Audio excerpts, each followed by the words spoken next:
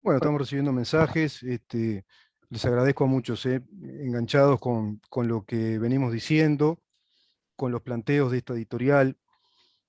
Bueno, nos quedan pocos minutos y en consonancia con esto que les estoy diciendo, vamos a bajar un poco a tierra esto. Por ejemplo, mucha gente habla, ¿y las auditorías? ¿Qué pasa con las auditorías? ¿No van a ir presos todos los que nos robaron tanto? ¿Los que fundieron empresas públicas? Bueno, las auditorías están en marcha. No es tan fácil, es un ejercicio complejo el de las auditorías. Fueron externalizadas, además, ¿se acuerdan? Empresas contratadas, el caso de Antel, por ejemplo, y también el caso de UTE, y hay auditorías en varios organismos del Estado. Está estudiándose, se publicó hoy, lo que ha sido dentro de las auditorías de Antel, por ejemplo, las empresas Interloki. ¿Qué quiere decir esto?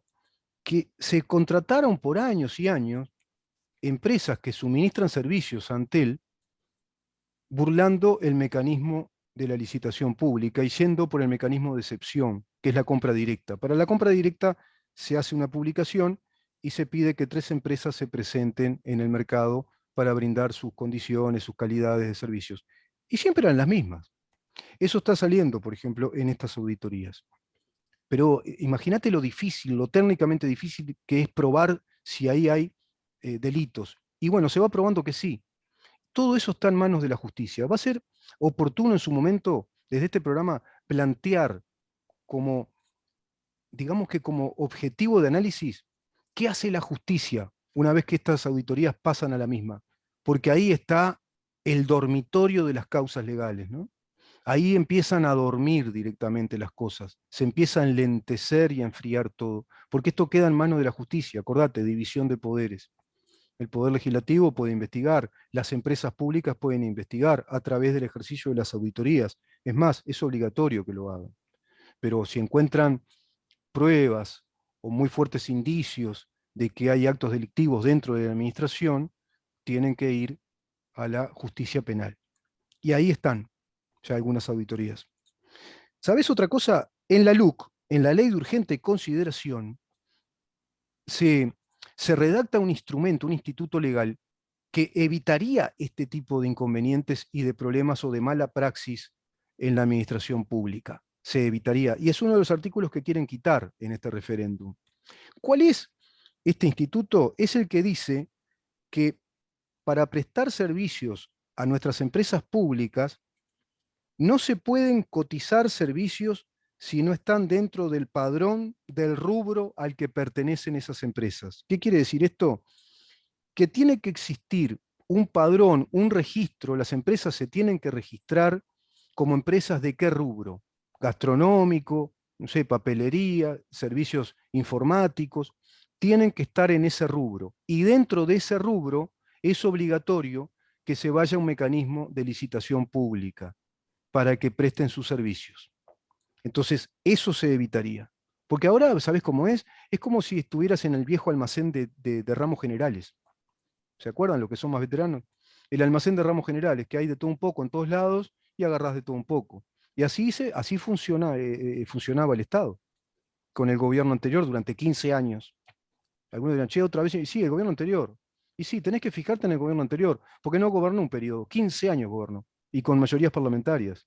Pudo haber modificado tantas cosas de verdadera importancia para esa tradición republicana de la que hablamos, para ese Estado de Derecho dotándolo de más calidad, para fortalecer al mercado, para fortalecer el ímpetu y la calidad de los uruguayos en sus capacidades creativas, innovadoras, y no aplastar empresas o acribillarlas con, bueno, una voracidad tributaria que sí solventa muchos empleados públicos que seguro no tienen relación con el valor final, el producto que el Estado hace. Por lo tanto, la LUC plantea ese detalle, que es fundamental, te lo quería decir. Después, respecto a ese tema disculpame la expresión, de la trancadera, de un fluir necesario, de un Estado moderno, eficaz, y se está dando en los sindicatos. ¿Por qué? Porque los sindicatos evidentemente son prácticamente el ejercicio político del Partido Comunista en su mayoría, que funcionan bajo el régimen de asambleas, al estilo del Partido Comunista, asambleas deliberativas, abiertas, y se vota a mano alzada y todos se conocen. Por lo tanto, el resultado, como el que vimos, por ejemplo, respecto a elecciones del sindicato médico, donde gana otra vez la línea clásica, sindical, liderada por el Partido Comunista, que es la línea izquierdista, la agrupación Fosalva. Bueno, hay más de 20.000 médicos en el Uruguay. ¿Sabés cuánto hay afiliados al sindicato médico? 8.000 y poco. ¿Sabés cuántos votaron? 3.000 y pico. ¿Qué representatividad pueden tener respecto a la comunidad médica del Uruguay? Zaida Arteta y Gustavo Greco, que fue el anterior presidente del sindicato. Las elecciones del sindicato médico, bueno, tuvieron otra vez el triunfo de la agrupación de izquierda Fosalva, y Zaida Arteta, la viróloga, es la nueva presidenta, con ese acumulado de votos, ¿no? Que para nada es representativo. Y así funcionan en todas las agrupaciones sindicales. Y después te dicen que representan a los obreros, al sector de obreros del país, pero en verdad están cooptando violentamente a través de una estructura sindical que la LUC también plantea modificar y que lo insiste a este tema la senadora Gabriela Bianchi.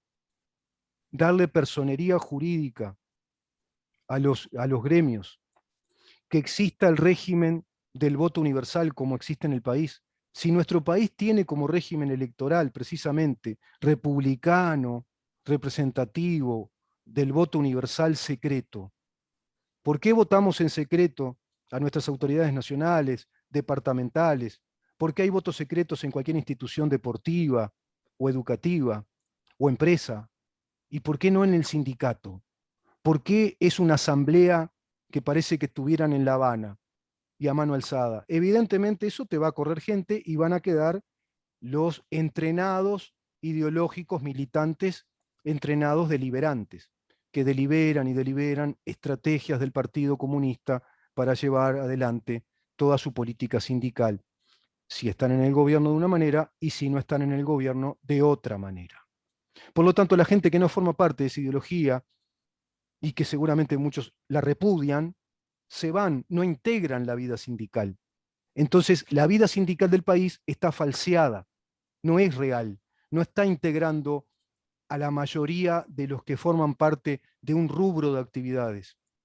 Por ejemplo, en este caso, el sindicato médico. ¿Qué pasa con ANCAP? Bueno, FANCAP intima al vicepresidente de ANCAP a rectificarse porque el directorio de ANCAP dijo que a través de estas medidas de paro iba a escasear el combustible.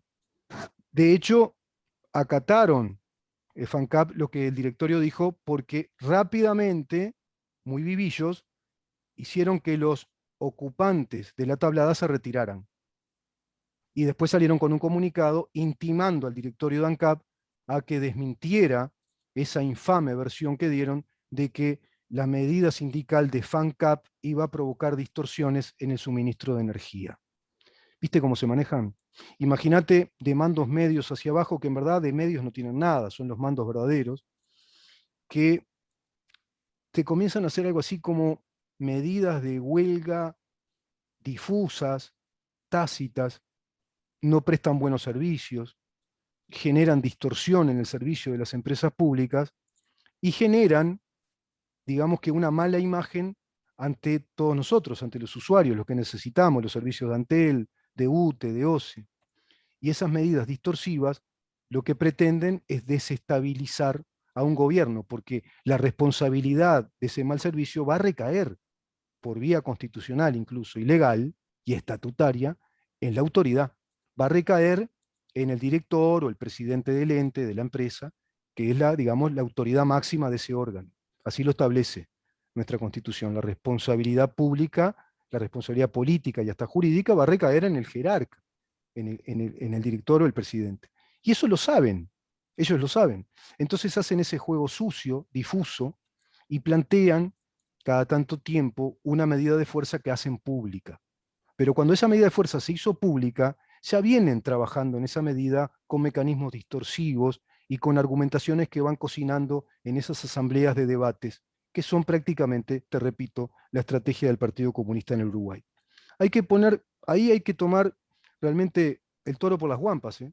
hay que visualizar muy bien ese tema, que la gente entienda cómo se comporta el sindicato uruguayo, esa central única, y cómo ese sindicalismo pasa a ser, al menos por momentos, muy dañino para el curso de la República Oriental del Uruguay, para el curso de la integración de la sociedad con un discurso clasista, con un discurso que divide, que separa, que carga el plato de los derechos sindicales y obreros, desbalancea precisamente en la balanza de las negociaciones entre empresas y sindicatos. Ya no nos queda más tiempo, pero era un ejemplo, te bajaba a tierra ahí cómo hay un ejemplo distorsivo de toda esa enorme tradición que con mucho esfuerzo, muchísimos pensadores, científicos, tanto mujeres como hombres, vienen construyendo a través de los siglos y que aún le falta un montón.